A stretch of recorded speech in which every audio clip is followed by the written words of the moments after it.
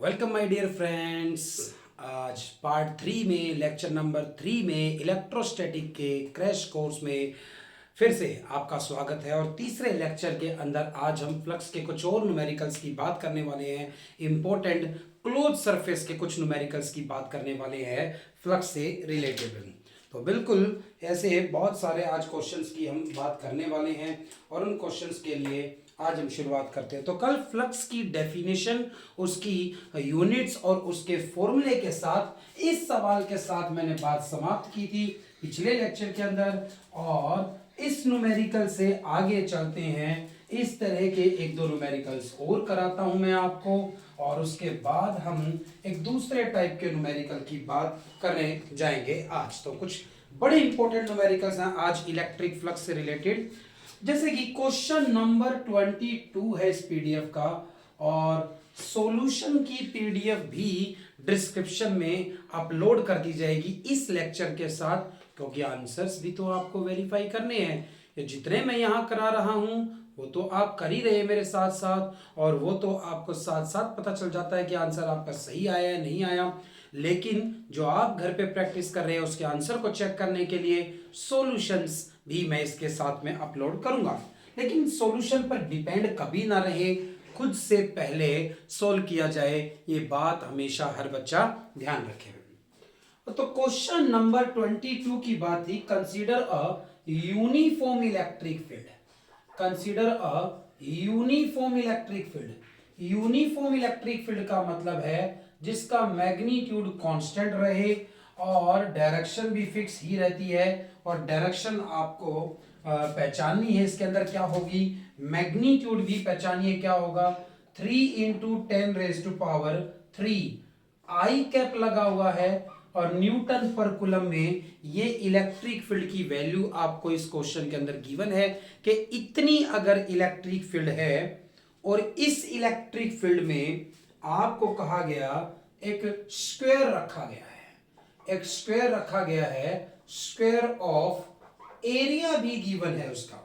कल वाले सवाल के अंदर स्क्वायर की साइड गिवन थी, तो साइड को मीटर में कन्वर्ट कर कर, कभी कभी मीटर में डायरेक्ट गिवन हो सकती है, मीटर में कन्वर्ट कर कर हमने फाइंड कर लिया था उसका एरिया। तो साइड गिवन थी तो एरिया फाइंड किया था, इस बार एरिया डायरेक्ट गिवन है। और एरिया आपको 10 सेंटीमीटर स्क्वायर गिवन है, यहां पर 10 सेंटीमीटर स्क्वायर गिवन है एरिया यहां पर। तो आपको फ्लक्स फाइंड करनी है, इसके अंदर से आपको इस एरिया से, इस स्क्वायर से फ्लक्स फाइंड करनी है। नंबर एक बात, जब ये प्लेन इस तरह से रखा हुआ है कि plane is parallel to Y Z plane, एक बार ये वाई जेड प्लेन के पैरेलल है। और दूसरी बात कहा गया नॉर्मल टू इट्स प्लेन, मतलब इस स्क्वायर के ऊपर अगर क्या ड्रॉ किया जाए, एक नॉर्मल, तो नॉर्मल टू इट्स प्लेन, इसके प्लेन पर ड्रॉ किया गया normal makes 60 degree angle, makes 60 degree angle with X axis. X axis के साथ ये 60 डिग्री का एंगल बनाने वाला है। प्रैक्टिस के बिना कुछ भी फायदा क्लासेस का होने वाला नहीं है, क्योंकि क्लासेस तो पहले भी ले चुके हैं आप, और कहीं ना कहीं टॉपिक्स आपने जरूर पढ़े हैं, लेकिन उन टॉपिक्स की प्रैक्टिस ना करने की वजह से आप पीछे रह गए हैं। और इसीलिए मैं आपके लिए क्रैश कोर्स लेकर आया कि एक मौका फिर है आपके पास। अगले 50 दिन, यानी तीसरा दिन आज हमारा है, तो अगले 45-47 में फिर कहता हूं कि कुछ आगे पीछे 1-2 दिन हो सकते हैं, तो अगले 45-50 दिन के अंदर आप रोज लेक्चर अटेंड करते हैं और फिर उस पर क्वेश्चंस की प्रैक्टिस करते हैं। और जितने मैं क्लास में करा रहा हूं उतने तो 100% बार बार प्रैक्टिस करिए।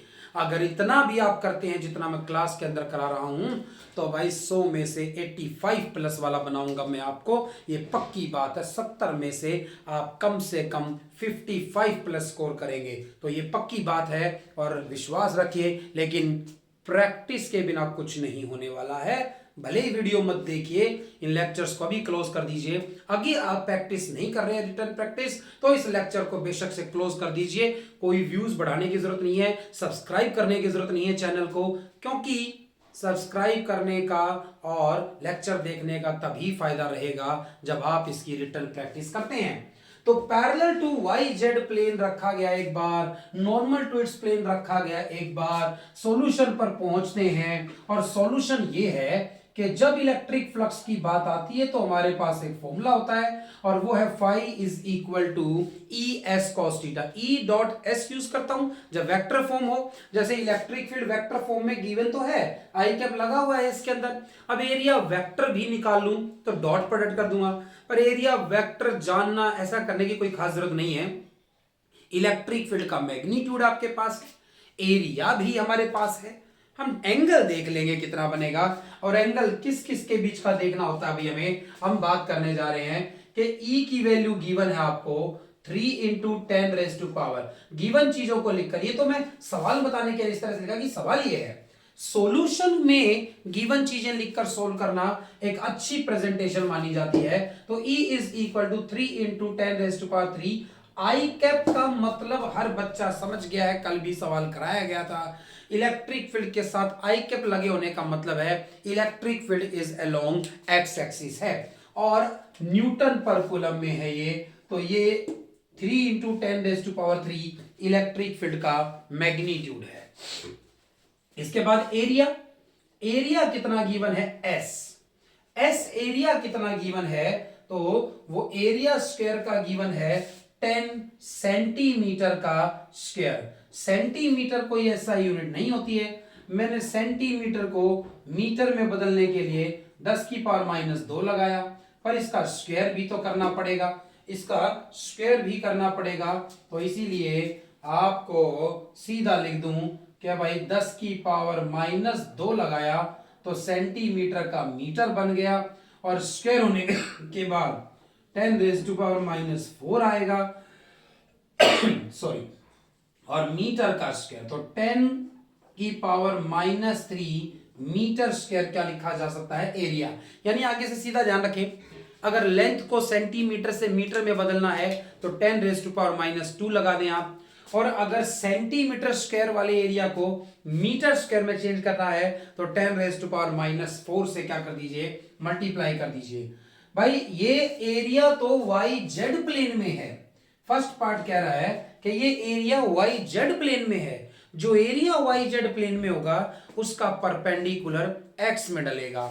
और मैं तो देख रहा हूं इलेक्ट्रिक फील्ड पे आई कैप लगा हुआ था, तो इलेक्ट्रिक फील्ड भी एक्स एक्सिस की डायरेक्शन में है, इसका मतलब एरिया वेक्टर और इलेक्ट्रिक फील्ड के बीच में 0 डिग्री का एंगल बनने वाला है, और ऐसा अगर होने वाला है तो फाई फ्लक्स बराबर E into S into cos theta. 3 into 10 raise to power 3 electric field है, 10 रेज टू पावर -3 एरिया है, और कोस 0 पर तो आपको पता है 1 हो जाएगा, सो 3 ये इससे कैंसिल हो गया। 3 न्यूटन मीटर स्क्वायर पर कूलम फ्लक्स की वैल्यू है कि इस स्क्वायर से कितनी फ्लक्स पास हो रही है, वो 3 न्यूटन मीटर स्क्वायर पर कूलम फ्लक्स की वैल्यू बताई जाएगी। दूसरे केस की बात करें तो दूसरे केस में क्या कह दिया इसने, normal to its plane makes 60 degree angle with X axis. कह रहा है कि अगर ऐसी पोजीशन में रख दूं इसको कि इस स्क्वायर के एरिया पर अगर एक नॉर्मल ड्रॉ करूं तो वो नॉर्मल एक्स एक्सिस के साथ 60 डिग्री एंगल बनाएगा। अगर इसके एरिया पर डाला गया नॉर्मल, ड्रॉ किया गया नॉर्मल, अगर एक्स एक्सिस के साथ 60 डिग्री का एंगल बनाएगा तो वो नॉर्मल मतलब वो एरिया वेक्टर इलेक्ट्रिक फील्ड के साथ भी 60 डिग्री का एंगल बनाएगा, 60 डिग्री का एंगल बनाएगा। क्यों? क्योंकि इलेक्ट्रिक फील्ड भी तो किस में है, एक्स में है। तो फिर भाई एरिया पर ड्रॉ किया गया नॉर्मल एक्स एक्सिस के साथ 60 का एंगल अगर बनाएगा तो वो इलेक्ट्रिक फील्ड के साथ भी 60 डिग्री का एंगल बनाएगा, और इसीलिए बस इस बार एंगल 60 डिग्री हो गया है। फिर से formula E into S into cos theta लगेगा। E की वैल्यू तो पहले ही जितनी है कि इलेक्ट्रिक फील्ड अभी भी 3 इंटू 10 रेज टू पावर 3 है, एरिया अभी भी 10 रेज टू पावर -3 है, लेकिन इस बार cos 60 है, और cos 60 डिग्री पर होता है 1/2। cos 60 डिग्री पर होता है 1/2, तो cos की वैल्यू 60 डिग्री पर 1/2 होती है, तो इस बार पहले से आधी फ्लक्स हो गई है, और पहले से आधी फ्लक्स होने का मतलब 1.5 न्यूटन मीटर स्क्वायर पर कूलम फ्लक्स की वैल्यू है। पहले से आधी फ्लक्स पास हो गई। अब पहले जितनी लाइंस इस एरिया को नॉर्मली क्रॉस नहीं कर पाएंगी, तो हमने देखा कि इस तरह से फ्लक्स का क्या आएगा, आंसर आपके पास आ जाएगा। तो भाई अगर मैं अगले सवाल पर जाता हूं, इसलिए मैं रब कर देता हूं, लेकिन आप क्योंकि कोई लाइव लेक्चर तो देख नहीं रहे हैं, रिकॉर्डेड देख रहे हैं, तो इसलिए आप पॉज कर कर आराम से लिख लो इसे, और उसके बाद हम आगे बात करते हैं भाई इस तरह से। तो नेक्स्ट क्वेश्चन के लिए बात करेंगे, और नेक्स्ट क्वेश्चन के लिए आपको मैं पहले एक बात बता दूं कि भाई होमवर्क में ये 22 नंबर तो मैंने यहां करा दिया, एक 21 नंबर सवाल पीडीएफ में जो डिस्क्रिप्शन में आपको फर्स्ट लेक्चर के डिस्क्रिप्शन में आपको क्या मिलेगी, इस चैप्टर के इन क्वेश्चंस की पीडीएफ मिलेगी। जो ये क्वेश्चंस मैं यहाँ वीडियो लेक्चर में आपसे डिस्कस करता हूँ, इन क्वेश्चंस की एक पीडीएफ पहले लेक्चर के डिस्क्रिप्शन में आपको मिल जाएगी। वहां जाकर लिंक पर क्लिक करिए और एक पीडीएफ मिलेगी आपको वहां से। तो फिर आप उस पीडीएफ से क्वेश्चन नंबर 21 करेंगे। कोई भी डाउट आने पर कमेंट करिए। मैंने पहले भी नंबर बताया था, व्हाट्सएप भी कर सकते हैं आप। भाई आप पढ़ें और आप प्रैक्टिस करें, और ना होने पर कोई भी दिक्कत किसी भी टाइम पूछिए, मैं आपके लिए हाजिर हूं, आपकी मदद के लिए, आपसे सवाल कराने के लिए। बस आप लगातार प्रैक्टिस करती रहिए। बट बेहतरीन क्वेश्चन है, क्वेश्चन नंबर 19, और कहता है एक स्क्वायर शीट है, फिर से एक स्क्वायर शेप है, और एक स्क्वायर शेप की जो शीट है ऑफ साइड ए, तो साइड उसकी कितनी गिवन है, ए, एक्स वाई प्लेन के पैरेलल है ये, तो एक्स वाई प्लेन के पैरेलल है ये, और इसके लिए जेड की वैल्यू क्या है, ए। कोई भी ऐसा एरिया जो एक्स वाई प्लेन में होगा, तो उसके डिफरेंट पॉइंट्स पर x की वैल्यू बदलेगी, y की वैल्यू बदलेगी, लेकिन उस प्लेन के उस प्लेन के हर एक पॉइंट पर z की वैल्यू क्या होगी, कांस्टेंट, क्योंकि ये एक्स वाई प्लेन के पैरेलल रखा गया है। यहां एक इलेक्ट्रिक फील्ड है सी जेड स्क्वायर के कैप, यहां एक इलेक्ट्रिक फील्ड भी है, और उस इलेक्ट्रिक फील्ड की वैल्यू है सी जेड स्क्वायर के कैप के बराबर है ये वैल्यू। तो फिर इलेक्ट्रिक फ्लक्स की वैल्यू बताइए। एमसीक्यू की फॉर्म में पूछा गया है, 4 ऑप्शन भी हैं आपके पास, ऑप्शन बोर्ड पर लिख देता हूं, वीडियो को पॉज करें, सोल्व करने की कोशिश करें, और भाई सही आंसर आए तो वीडियो को आगे मतलब देखिए कि आपका सही आया या नहीं आया, वरना मेहनत जरूर करिए भाई, वीडियो पॉज कर कर देखिएगा। क्या कि भाई नंबर 1 बात है, a की पावर 4 इंटू में c आएगा आपका आंसर, या फिर 1/3 a की पावर 3 इंटू में c आएगा आपका आंसर, या फिर 1/3 a की पावर 4 इंटू में c आएगा आपका आंसर, या फिर चौथा ऑप्शन है कि 0 आपका आंसर आने वाला है। जब लाइव क्लास कभी होगी तो लाइव क्लास के वक्त मैं आपको सवाल सोल्व करने का यही समय दूंगा, बट अभी आप वीडियो को पॉज कर कर सोल्व करें ताकि आप भी प्रैक्टिस कर सकें। भाई तो बात कुछ ऐसी है, किसी डायग्राम की जरूरत नहीं है, सोल्व सीधा सीधा किया जा सकता है, फिर भी बेहतरीन तरीके से समझने के लिए डायग्राम बनाते हैं।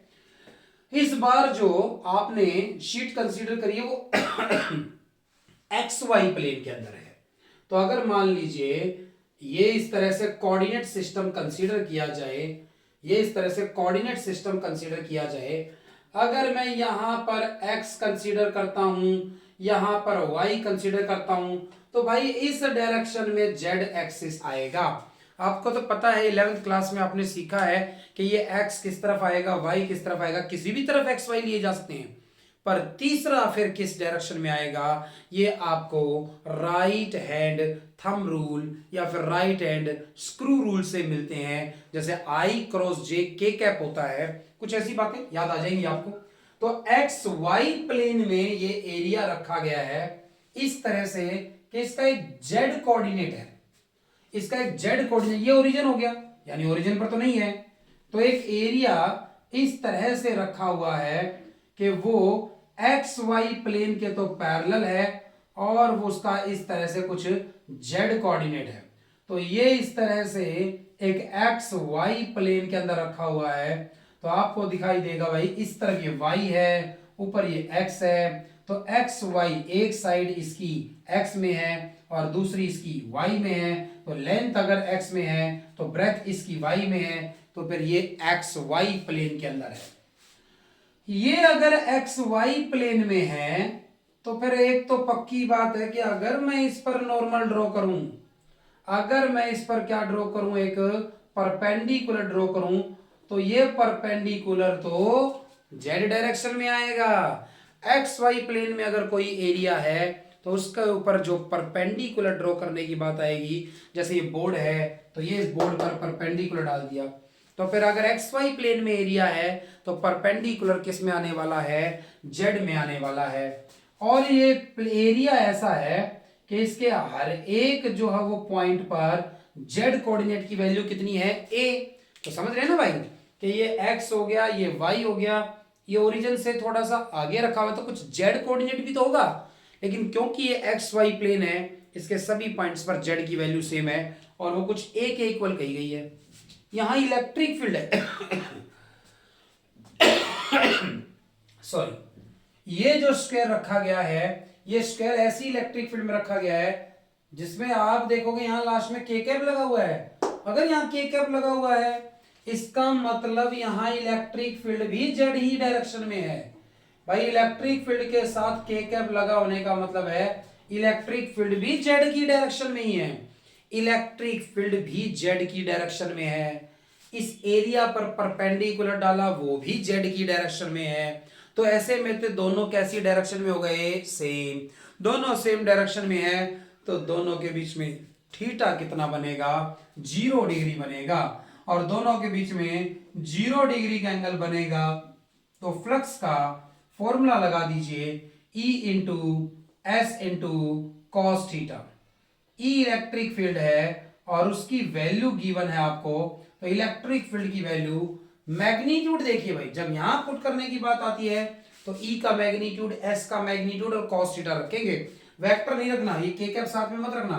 सी जेड स्क्वायर, सी यहां पर क्या है, एक कांस्टेंट वैल्यू है तो इस तरह से सी जेड स्क्वायर इलेक्ट्रिक फील्ड की वैल्यू आ गई।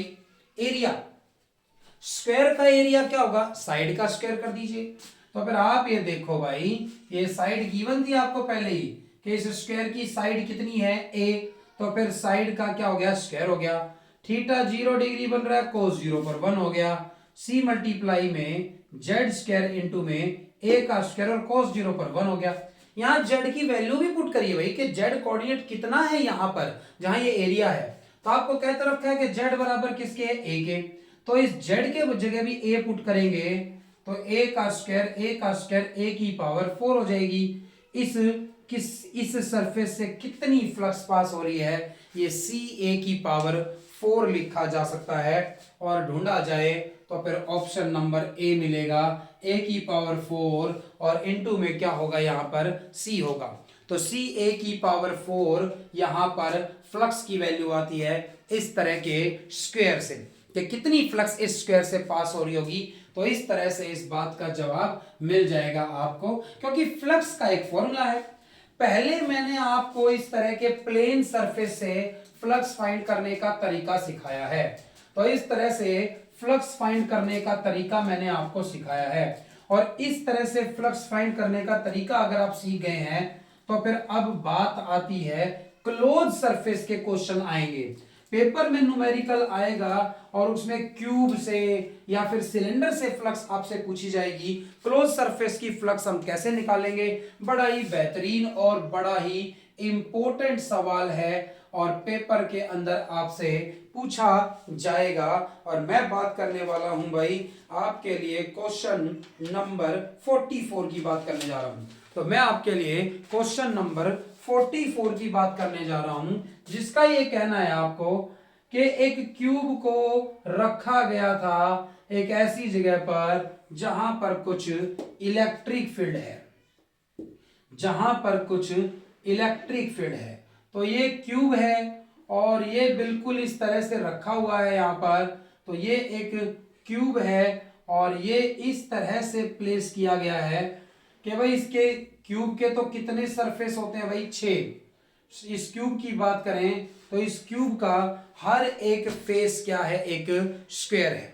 तो इस क्यूब का हर एक फेस क्या है, एक स्क्वायर बन रहा है। और बिल्कुल इस पजल की तरह, ये अभी सेट नहीं किया हुआ, सेट किया हुआ होता तो इसमें हर फेस का एक डिफरेंट कलर होता है, ये और बेहतरीन आपको दिखाई देता। लेकिन अभी के अकॉर्डिंग अगर देखा जाए भाई, तो देखिए इस तरह से कि इसके कितने फेस हैं, 6, और हर फेस क्या है, एक स्क्वायर बन रहा है। तो आपको यूं कहा गया कि इस तरह से, माफ कीजिएगा भाई, ये डायग्राम 44 का नहीं था। 44 में यहां नहीं, 44 में इसे ओरिजिन से टच कर रखा गया था। तो 44 में इसको ओरिजिन से टच करके रखा गया था। वो सवाल एक अलग सवाल बनेगा, मैं कराऊंगा आपको वो भी, जिसमें गैप होगा। लेकिन अभी ये जो क्वेश्चन है ये इस तरह से ओरिजिन को टच कर बनाया गया है। तो इसका एक कॉर्नर बिल्कुल कहां पर है, ओरिजिन पर है। इसका अलग आंसर आएगा, उसका अलग आंसर आएगा।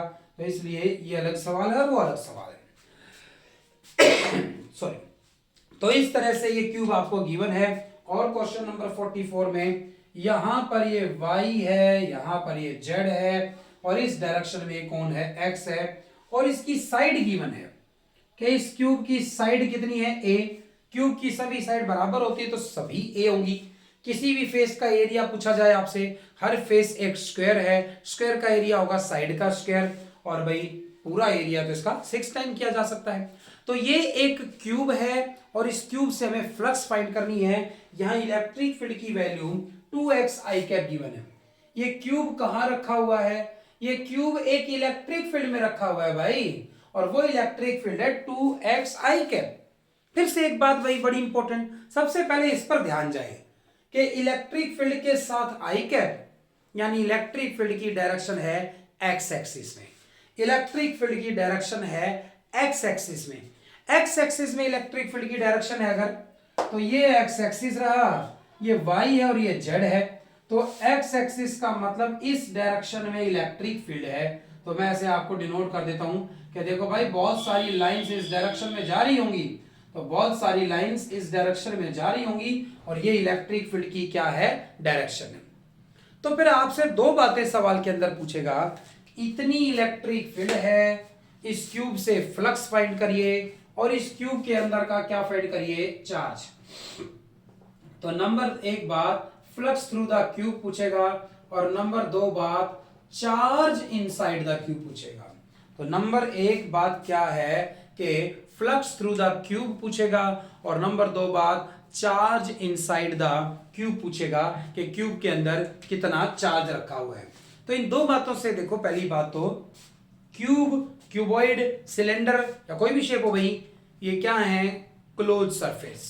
स्क्वायर का क्वेश्चन कराया भी मैंने आपको, लास्ट लेक्चर में कराया, आज के लेक्चर में कराया। सॉरी।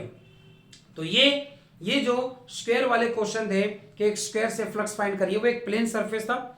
मैग्नेटिक, मैं इलेक्ट्रिक फील्ड की डायरेक्शन देखता हूं, उस पर नॉर्मल देखता हूं, किस डायरेक्शन में, थीटा देखता हूं, सोल्व कर देता हूं।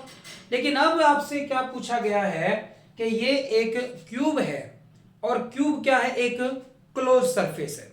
तो क्यूब क्या है, एक क्लोज सरफेस है। इस क्लोज सरफेस से फ्लक्स फाइंड करिए जब इतनी इलेक्ट्रिक फील्ड है और एक्स एक्सिस की डायरेक्शन में है इस तरह से। तो सबसे पहली बात तो ऐसे सवाल में आपको यह देखना है कि क्या सभी फेसिस को लाइंस क्रॉस कर पाएंगी। सभी फेसिस को लाइंस क्रॉस नहीं कर पाएंगी भाई, क्योंकि कई एरिया ऐसे होंगे जिनका नॉर्मल वेक्टर इलेक्ट्रिक फील्ड के साथ 90 का एंगल बनाएगा और फ्लक्स क्या हो जाएगी, 0। तो बात करते हैं भाई इलेक्ट्रिक फील्ड की। यहां से जब इस तरफ से लाइंस ऐसे जाएंगी, तो जब इस तरफ से लाइंस ऐसे जाएंगी, तो इस तरफ से जाने वाली लाइंस, एक्स एक्सिस में जाने वाली लाइंस इस पहले फेस से क्या कर सकती हैं, एंटर कर सकती हैं इस तरह से, और सामने वाले फेस से बाहर चली जाएंगी। बाकी किसी को क्रॉस ही नहीं कर पाएगी। आप देख लीजिए इस तरह से, बाकी किसी को क्रॉस ही नहीं कर पाएगी। तो फिर भाई इस क्यूब का ये हो गया एक पहला सरफेस, इस क्यूब का ये हो गया एक पहला सरफेस लेफ्ट साइड पर, और इस क्यूब क्या हो गया, एक ये दूसरा सरफेस राइट साइड पर हो गया। इन दो फेसिस को इन दो फेसिस को इलेक्ट्रिक फील्ड क्रॉस कर पाएगी, इसके अलावा किसी भी एरिया को इलेक्ट्रिक फील्ड क्रॉस नहीं करेगी। यानी इस क्यूब से टोटल फ्लक्स फाइंड करनी है, तो पहले सरफेस से फ्लक्स फाइंड करो, दूसरे सरफेस से फ्लक्स फाइंड करो, और दोनों का सम कर कर क्या निकाल लो, टोटल फ्लक्स निकाल लो। अब देखते हैं भाई पहले सरफेस के लिए कितनी फ्लक्स आती है और सेकंड के लिए कितनी आती है। इनके लिए फॉर्मूला लगाना पड़ेगा। इलेक्ट्रिक फील्ड किस डायरेक्शन में है, एक्स में। तो पहले सरफेस के लिए अगर बात करें तो इधर की तरफ हो गई इलेक्ट्रिक फील्ड की डायरेक्शन, इधर की तरफ हो गई है इलेक्ट्रिक फील्ड की डायरेक्शन। और भाई ये तो इलेक्ट्रिक फील्ड की डायरेक्शन हो गई पहले वाले सरफेस के लिए, क्योंकि एक्स में जा रही है। सबसे इंपॉर्टेंट बात भाई, क्लोज सरफेस, क्यूब, सिलेंडर, कुछ भी इस तरह का हो, तो क्लोज सरफेस से अगर बात करेगा फ्लक्स की, परपेंडिकुलर हमेशा किधर डलेगा, आउटसाइड वाले सरफेस पर। परपेंडिकुलर हमेशा किधर डालना है आपको, बाहर वाले सरफेस पे डालना है, आउटसाइड। सोचिए आप एक रूम के अंदर बैठे हैं, पढ़ रहे हैं आप इस तरफ रूम के अंदर बैठकर, अंदर के फेसिस पर मत डालिए परपेंडिकुलर। अपने रूम के, आप एक रूम में जिसमें बैठे हैं उसके 6 सरफेसिस हैं, पर इन सरफेसिस पर परपेंडिकुलर रूम से बाहर जाकर डालना है। इस तरह से परपेंडिकुलर डलेगा कि वो बाहर आउटसाइड होगा, अंदर की तरफ उसकी डायरेक्शन नहीं होगी। तो भाई इस पहले सरफेस की बात करूं लेफ्ट वाले के, इलेक्ट्रिक फील्ड एक्स में है, परपेंडिकुलर बाहर डालना था तो इधर की तरफ आया, और थीटा इन दोनों के बीच में 180 डिग्री बन गया। तो अब इसके लिए मुझे ई की वैल्यू पता है, ये रही ऊपर भाई ई की वैल्यू दे रखी है। इसका मुझे एरिया पता है, निकाल लेंगे भाई, साइड गिवन है, स्क्वायर की साइड पता है मुझे, क्यूब की साइड गिवन है तो स्क्वायर की भी पता है, और एंगल भी पता है। इस पहले सरफेस से फ्लक्स निकाल लेंगे, बिल्कुल उसी phi is equal to E S cos theta वाले फॉर्मूले से जो पिछले 2 सवालों में भी लगाया गया है। दूसरे सरफेस के लिए बात करूं, इलेक्ट्रिक फील्ड की डायरेक्शन तो एक्स एक्सिस की तरफ ही है, और भाई उस पर परपेंडिकुलर उसी डायरेक्शन में आएगा। मैंने बताया ना आउटसाइड डालना है, मैंने बताया ना बाहर की तरफ डालना है, और इसीलिए थीटा की वैल्यू कितनी हो जाएगी, 0 डिग्री। उस सरफेस के लिए थीटा 0 डिग्री है, इसके लिए थीटा 180 डिग्री है। इस पर फ्लक्स का आंसर नेगेटिव आएगा, उस पर फ्लक्स का आंसर पॉजिटिव आएगा।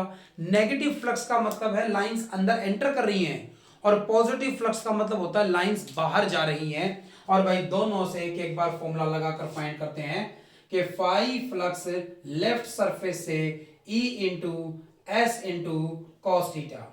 ई की वैल्यू 2x, भाई ऊपर है 2x आई कैप, आई कैप तो छोड़िए, मैग्नीट्यूड की बात करें तो इलेक्ट्रिक फील्ड की वैल्यू कितनी है, 2x है।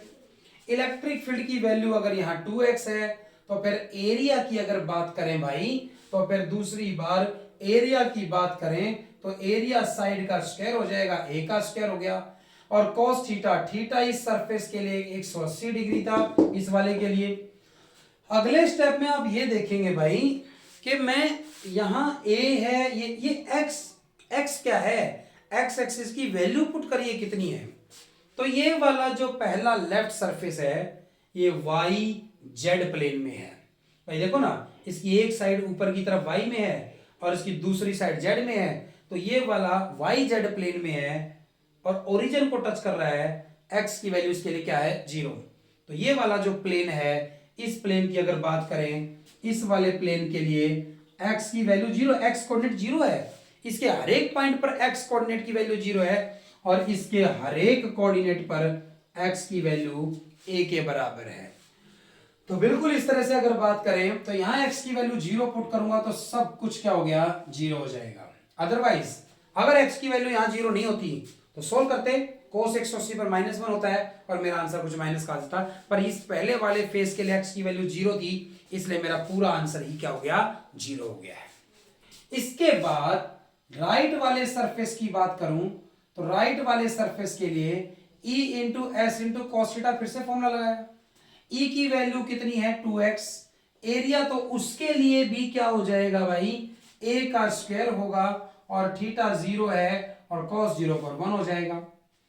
इस सेकंड वाले सरफेस के लिए x की वैल्यू a, भाई यहां ओरिजिन था तो ओरिजिन से कितना उधर है वो सरफेस, जितनी इस क्यूब की लेंथ थी, साइड थी, वो a है, तो x की वैल्यू उसके लिए a हो गई। a का स्क्वायर पहले से ही है cos 0 पर 1 हो गया और 2a का क्यूब हो गया। ये राइट सरफेस से फ्लक्स आ गई। लेफ्ट वाले फेस से फ्लक्स की वैल्यू 0 आई है, राइट वाले से फ्लक्स की वैल्यू पॉजिटिव आई है। सम कर दूं अगर दोनों का तो लेफ्ट सरफेस से प्लस राइट सरफेस से दोनों का सम कर कर आया 2a का क्यूब। ये टोटल मिलकर फ्लक्स है। ये टोटल मिलकर फ्लक्स है कि इस क्यूब से टोटल फ्लक्स कितनी पास हो रही है। ये उस टोटल फ्लक्स का जवाब है भाई कि टोटल कितनी फ्लक्स पास हो रही है।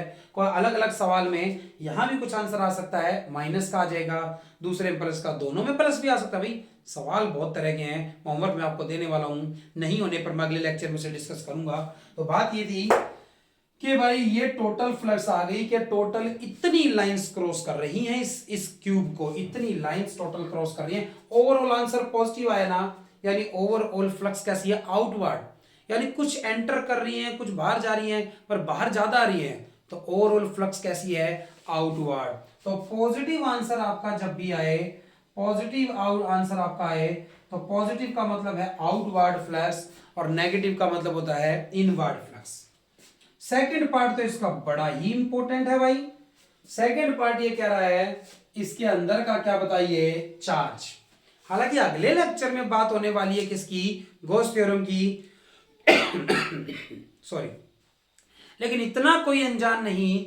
गॉस लॉ सबको फॉर्मूला तो पता ही है, बात सिर्फ इतनी सी है कि अगर मुझे इस क्यूब के अंदर का चार्ज पता होता तो हमें इतनी कैलकुलेशन करने की कोई जरूरत थी ही नहीं, कोई एंगल देखने की जरूरत नहीं थी, कोई फॉर्मूला लगाने की जरूरत नहीं थी, इस तरह का ई एस कॉस थीटा वाला कोई कैलकुलेशन करने की जरूरत नहीं पड़ती हमें, अगर हमें इसके अंदर का क्या पता होता, चार्ज। क्योंकि गॉस लॉ क्या कह रहा है, क्योंकि गॉस लॉ क्या कह रहा है भाई, गॉस लॉ फाई फ्लक्स बराबर होती है अंदर इसके कितना चार्ज है डिवाइडेड बाई एप्सिलॉन नॉट। इतना आसान बना देगा इस सवाल को गॉस लॉ, जो कि अगले लेक्चर में बहुत सारे सवाल देगा उससे पहले आपके डाउट्स को भी सोल्व किया जाएगा। तो by Gauss law phi flux बराबर होती है अंदर टोटल चार्ज कितना डिवाइडेड बाई एप्सिलॉन नॉट। वही तो नहीं पता, क्योंकि वो पता होता ना अगर क्यू, तो क्यू की वैल्यू पुट कर कर यहां से आंसर निकालूंगा ना भाई, अगर चार्ज की वैल्यू गिवन हो तो फिर ऐसा ही यहां से आंसर आएगा अगर ए की वैल्यू गिवन हो, सेम आएगा दोनों जगह से आंसर अगर चार्ज की वैल्यू गिवन होती, पर नहीं गिवन है, वही तो निकालनी है, तो कोई दिक्कत नहीं। उल्टा भाई चार्ज की वैल्यू पता होती तो फ्लक्स में गॉस थ्योरम से निकाल देता क्लोज सरफेस से कि net charge divided by epsilon not कर दो बस। लेकिन अभी मुझे चार्ज निकालना है, फ्लक्स तो मैंने दूसरे मेथड से फाइंड कर ली, तो फिर ऐसे में फ्लक्स आई है 2a का क्यूब, और भाई क्यूब आई क्या हो गया, एप्सिलॉन नॉट। एप्सिलॉन नॉट को इधर मल्टीप्लाई में भेजेंगे तो क्यू बराबर 2a का क्यूब एप्सिलॉन नॉट। तो एप्सिलॉन नॉट इधर भेज दिया मैंने, इतना चार्ज इस क्यूब के अंदर प्रेजेंट है, नेट चार्ज। इसमें बहुत सारे पॉजिटिव भी हो सकते हैं, इसमें बहुत सारे नेगेटिव भी होते हैं, पर उनका सम मिलाकर नेट चार्ज इतना होगा इसके अंदर। तो कितना पॉजिटिव है कितना नेगेटिव हम ये नहीं बता सकते, हम सिर्फ ये बता सकते हैं इसके अंदर नेट चार्ज कितना है, क्योंकि गॉस थ्योरम में क्यों क्या है यहाँ पर नेट चार्ज है। तो question number 41 and question number 42 आप इसी कॉन्सेप्ट पर खुद से पहले ट्राई कीजिए, मैं आपको डिस्क्रिप्शन में सॉल्यूशन भी अपलोड करूंगा और आप सॉल्यूशन मैच कर पाएंगे, आंसर मैच कर पाएंगे, और अगली बार मैं इन्हें सोल्व कराऊंगा आपके लिए, डाउट अगर आपके आते हैं तो। तब तक पढ़ते रहिए, मेहनत करते रहिए। मैं बार बार कहता हूं भाई, बिना प्रैक्टिस के किसी भी टीचर से पढ़ा हुआ आपके कभी भी कोई काम आएगा ही नहीं।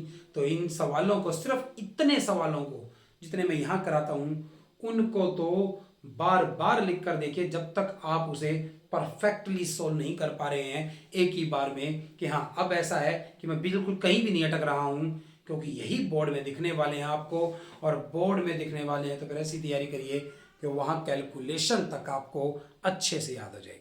करते रहिए प्रैक्टिस, तब तक मिलेंगे अगले लेक्चर में कुछ डाउट्स और कुछ गॉस थ्योरम के साथ, उसके न्यूमेरिकल्स के साथ। Good bye.